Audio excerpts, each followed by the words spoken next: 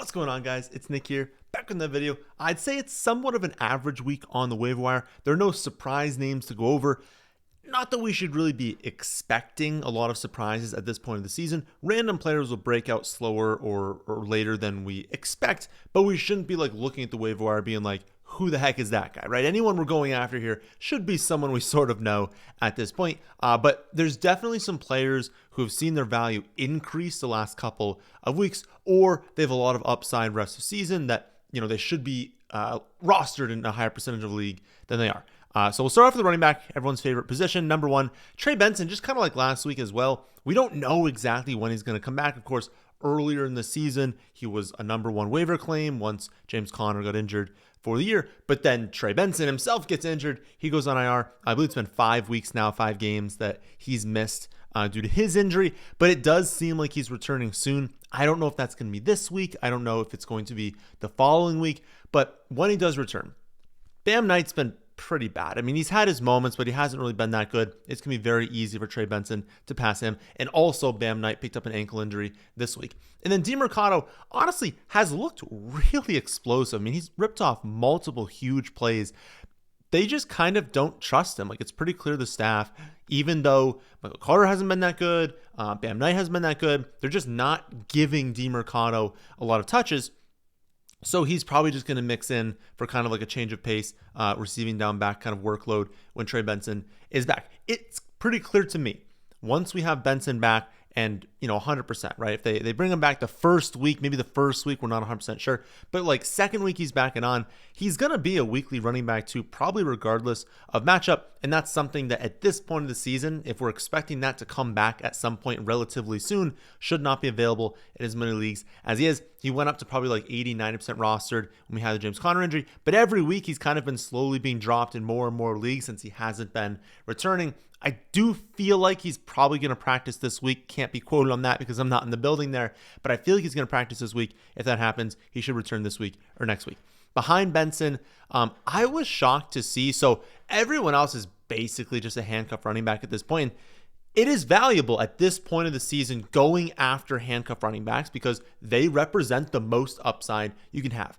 I thought when I looked at Brian Robinson Jr., he was going to be at like 70, 75% rostered. He's available in over 65% of leagues. I think he's available in 67% of leagues. That makes absolutely no sense to me. Not only is he now mixing in for a couple carries each week, but he looks fantastic on those carries. Probably can't trust him at running back 2, even in the flex spot. But hey, if week 12 rolls around, week 13 rolls around, you've got a ton of people on bye injury, something like that, where you're like, oh no, I have to play Brian Robinson Jr. Not a terrible play. Like I said a minute ago, shouldn't be any surprises rest of season at the running back position. No one is going to just randomly break out that we have never heard of. So you're going to want to be rostering guys that can get to that ceiling one way or another. Obviously, the scenario here is Christian McCaffrey gets injured, but we've seen Christian McCaffrey get injured plenty of times before, so it's not out of the question that he goes down. And we know for a fact that the team loves Brian Robinson Jr., that if McCaffrey got injured, he would step in. Not be the same as McCaffrey because McCaffrey has so much of his value in the receiving game, and that's not really the role Brian Robinson Jr. would play. Like a lot of those targets would go to the receivers, to Kittle, but he would get a couple receptions. He'd get probably like 17 to 20 carries every single week. He'd be highly efficient on the ground. He'd score a ton of touchdowns, and he would be someone, regardless of matchup, you're starting as a running back 1. And anyone with that in the range of outcomes should not be available in over 67% of leagues at this point of the season. There's just not many opportunities for a lot of running backs to hit from this point on. And so especially if you've got a really good roster and you're not really utilizing your bench that much, like these guys in your bench are solid, but they're probably not going to make it into your starting lineup at any point.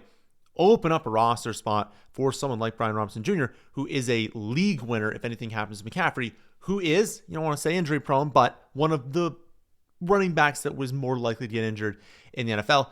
He should be rostered in probably like 90% of leagues. And honestly, same with Tyler Allgeier. These are like the two handcuffs that like they should just not be available in leagues because they're even getting touches right now. Like Allgeier is the goal line back in Atlanta, which is really annoying, right? Obviously, Bijan is still incredible, and I'm not trying to like take away from Bijan in fantasy. You're starting him every week, and he's awesome. But Allgeier is their goal line back. Like Bijan has not scored a rushing touchdown since week 6. On the season, Allgeier has 13 carries inside the 10-yard line to only 5 for Bijan Robinson. I think inside the 5, it's 5 for Allgeier and only 2 for Bijan. Again, Bijan is awesome, but when you're looking at potential for the bottom half of your bench, think about what is the path here. Like if there's an injury, can this person be a flex play? Can they be a running back 2 or running back 1?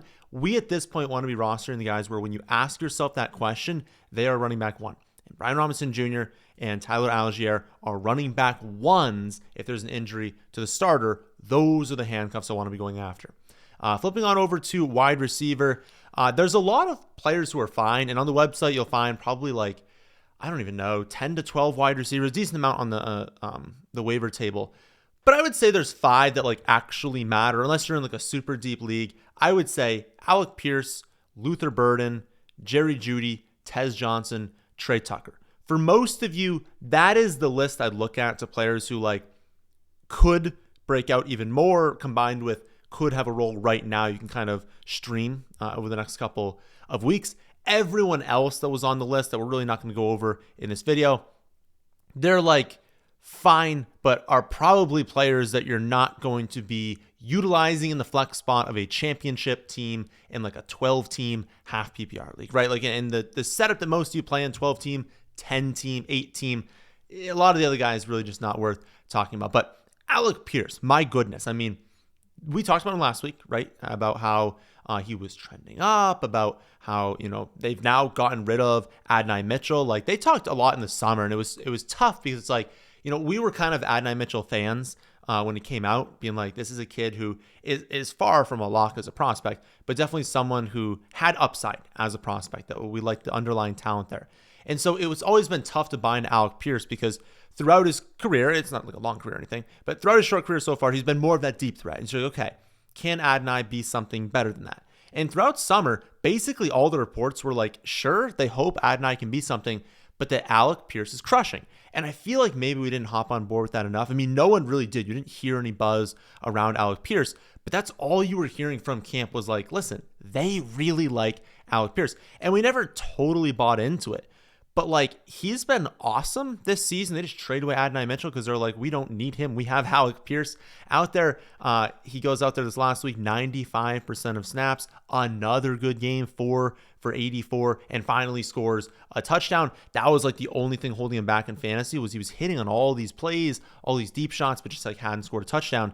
He's up to a team lead 35 targets over the last 4 weeks. He is 20th in receiving yards per game among all players. Like, he has been absolutely crushing it. Now, the one drawback with Pierce is they're on bye this week. Then they're at Kansas City and home versus the Texans post-bye, which are 2 really brutal matchups for wide receivers. He can still get there on volume. If he can get like 7-8 targets, he can haul in 4 or 5 receptions. He can have a really good game even in those spots. But it is tough. Like, if you're looking for someone this week, can't use him. If you're looking for someone to stream in week 12 and week 13, also not amazing spots. So if you're looking for that streaming option and you like really, really need them, then maybe not the option to go for. Maybe someone we'll talk about a little bit later in the wide receiver room.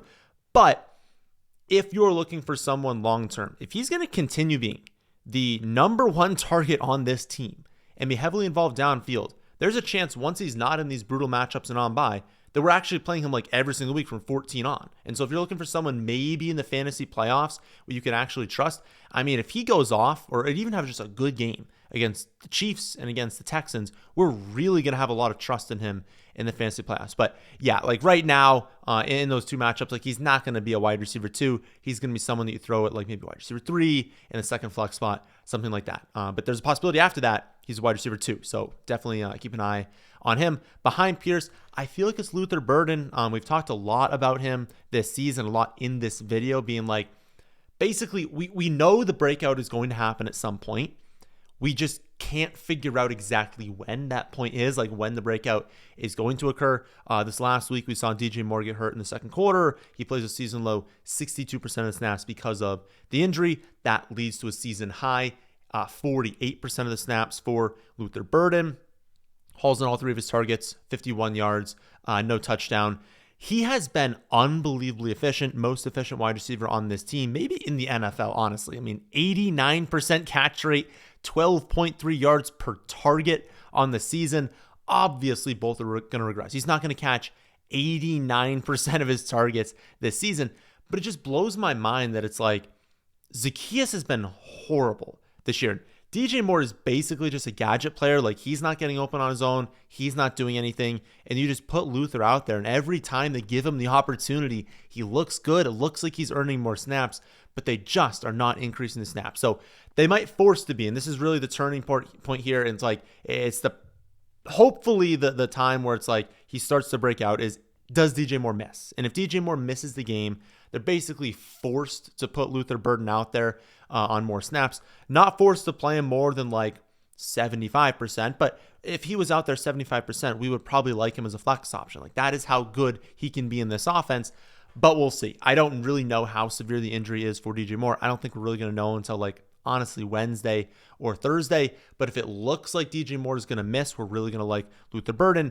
And even regardless, even if DJ Moore plays, I still want to be stashing Luther Burden on the bench because I don't understand how Zaccheaus can be so bad this season and they keep sticking with him. At some point, it's going to cost them a game having him play so poorly and having Luther Burden on the sideline. At some point, he's going to take over, and when that happens, you're really going to want him in fantasy. So if you can, I would stash him. But if DJ Moore plays, again, it's not a short-term play. Behind Burden, I think you're considering Jerry Jeudy. I know that everyone watching this video has been burned by Jeudy probably multiple times in fantasy. So I get not wanting to go there, and I don't think you like have to go out and roster Jeudy. But he is coming off 12 targets, 96% of the snaps, despite Tillman returning, maybe not to a full snap share, but I think he played like 71, 72% of the snaps. So Tillman was out there a decent amount. Fannin had the late week downgrade to questionable on the hamstring injury, but he was out there as well. So, in a mediocre weather spot with both of the tight ends active, with Tillman coming back, still getting 12 targets is like really, really nice to see from Jerry Jeudy. So it's really just that combined with the easy schedule, right? Like it's inarguably just a top 3 schedule for wide receivers for the Browns rest of season. And this week, great matchup. So if you were looking for someone you gotta play in week 11, they're home versus the Ravens this coming week. That's obviously a good spot because Baltimore, these divisional matchups play out closer than we think oftentimes, but against Baltimore, you got to think Baltimore scoring points, pushing them on offense. And so if that's the case against also the Baltimore defense, you'd think we should see decent efficiency and decent volume from Jeudy this week. And then it's kind of similar with Tillman, which is more in deeper leagues. So for those of you in like 10 or 12 team leagues, I do think you probably go after Jeudy. I think he's going to project fairly well this week. In deeper 12 to 14 team leagues, I would look at Cedric Tillman. I think there's a possibility he ramps up from like his 70 or so percent of the snaps this week to maybe like 85+%. It's pretty clear at this point that those are the top 2 wide receivers on this team. He can hit downfield. He's had some nice games in the past. You don't trust the quarterback play, but in this matchup, could he have 8 targets, catch 5 of them for like 70 and a touchdown? Yes. So I don't think that Tillman's going to project as a top 35 wide receivers coming week, but I wouldn't be shocked if Judy's kind of in that like 30-35 range, if Tillman is in the like 40 to 45 range, and that's not like a bad range for your flex, your second flex spot, especially if you've got buys this week. Not as many buys, it's only 2 teams on bye this coming week, but regardless, you might have some players out with either bye or injury, and they're not bad options. Again, the matchup is really good, and the rest of season schedule, if these 2 can continue playing like 90%, if they can figure quarterback out just a little bit, just have some progression with Dylan Gabriel at all, they could be okay rest of season. Another player who needs to be rostered is Tez Johnson. He's playing great. And the latest report from Godwin is like late November to early December. Like, just the injuries of this Bucs team is absolutely crazy. Tez, wide receiver 20 in points per game since week 5. He has 4 touchdowns over the last 4 weeks. He played a season high 82% of the offensive snaps this week. I feel like he's being overlooked by the community. Like, this is a rookie wide receiver that is 20th in fantasy points per game since week 5, playing with Baker Mayfield. So it's like he's not just getting lucky with some horrible quarterback that had like one good game and we can't trust him the rest of the season. Baker's awesome, and Baker's going to push the ball downfield. He's going to trust his guys. He's using him in the red zone. Like, everything points to this being a breakout for a very exciting young rookie, perhaps someone that was more split in the community. And maybe that's why we're not seeing as much focus on him, because basically the size was a reason. He's a smaller wide receiver. That was a reason people were like not really super pumped about him. But imagine if this was like a different rookie wide receiver. Like, honestly, imagine if this was Luther Burden going out there, was 20th in points per game since week 5. We say like, oh, DJ Moore is not going to be back until probably sometime in December, and he's getting all these touchdowns. Like, everyone would be like jumping up and down, being like, how is this guy not rostered in 90% of leagues and being played every week? That's the case with Tez Johnson. It's just that he wasn't as high end of a prospect. I feel you can stream him moving forward. He's just been playing really good. He's a type of wide receiver we want in fantasy because he comes with some downfield upside and some red zone upside as well. Other wide receivers to look at is Tre Tucker. Myers is gone. Thornton is bad. Beck just does not get the usage and is not rest of the season probably going to get the usage we wanted to see. They're going to throw a bunch of tight ends, and so you're going to have Bowers, you're going to have Mayer. Both have decent target shares. They're going to throw the ball to Genty and run the ball with him a lot. So it's not like, a lot of other teams, if you had the clear number one wide receiver still available and the offense was trending up, you'd be like, whoa, what's happening here?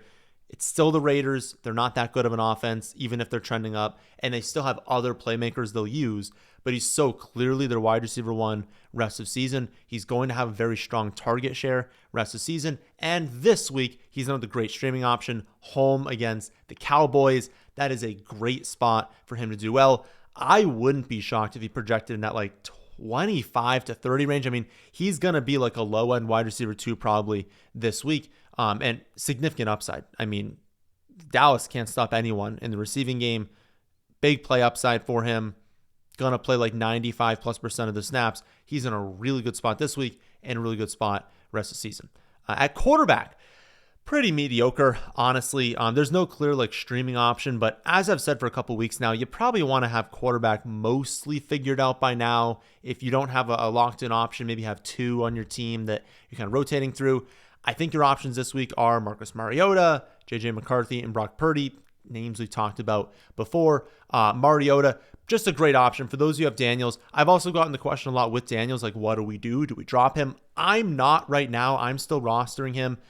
They haven't said that he's out, right? They haven't given us a timeline. It kind of seems like maybe he does return at some point, but I think the fact that we just don't know, if there's even a small chance that he returns, I don't want to drop him and then have some super team pick him up and then he comes back for the fantasy playoffs and he beats me. I can't have that happen to me. So I have him in 2 or 3 leagues. I'm going to keep him on my bench. 1 league, I have Marcus Mariota. I'm just going to stream him every week. And in the other league, I have Daniel Jones. I'll just play him every week that Daniels is out. So I don't know when he's going to return, but for now, I'm not dropping him. But Mariota, if you have Jayden Daniels, just pick up Mariota, or you probably should have already rostered Mariota. You're basically getting 80% of the production that Daniels would have had, but you know that you can at least play him rest of the season. And they play the Dolphins. I know that they just really upset the Bills, and the defense looks pretty solid.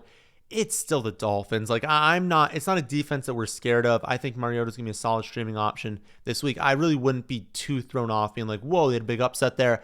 I feel like this is probably a letdown spot for Miami. They're probably super pumped with that win. Their defense played great. I feel like this is a week where they kind of regress, go back to what they usually are, and we can definitely stream against them. For J.J. McCarthy, hasn't looked that good, but he's still scoring 17 to 20 fantasy points each week just because he's mobile, he's in a great system, and he's got great playmakers. When you have those 3 things, you don't even need to be that good of an actual NFL quarterback to put up points in fantasy. And as we've been saying for a while now, the Vikings do have a really easy strength of schedule for passing rest of the season. They've got a home matchup against the Bears this week, a fantastic playoff strength of schedule as well. I don't think McCarthy's going to go out there and drop 23 fantasy points per game rest of season, but he's not a bad streaming option. He's not someone that I'm like scared to start at any point. It's obviously nerve-wracking a little bit when you have like this semi-injury history, when you have him not playing amazingly.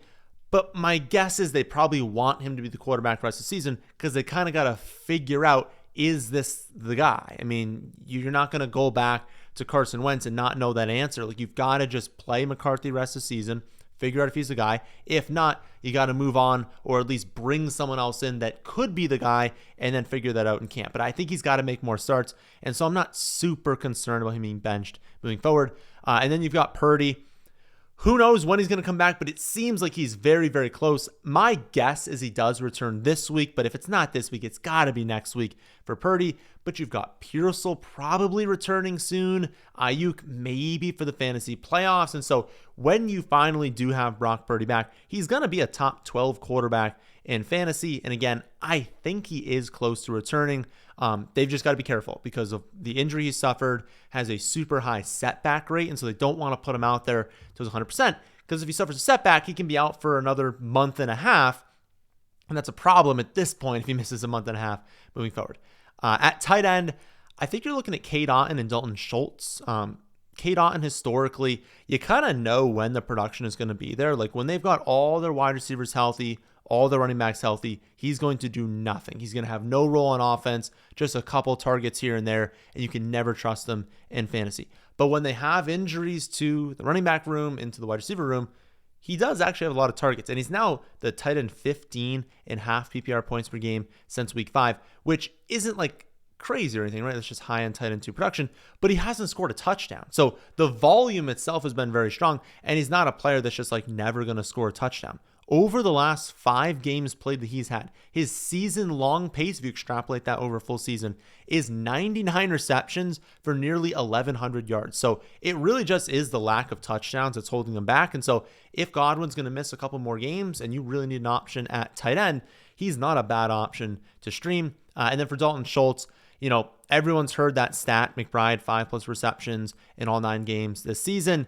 Surprisingly, Dalton Schultz is not that far behind him. He has at least 5 receptions in 6 of the last 7 weeks.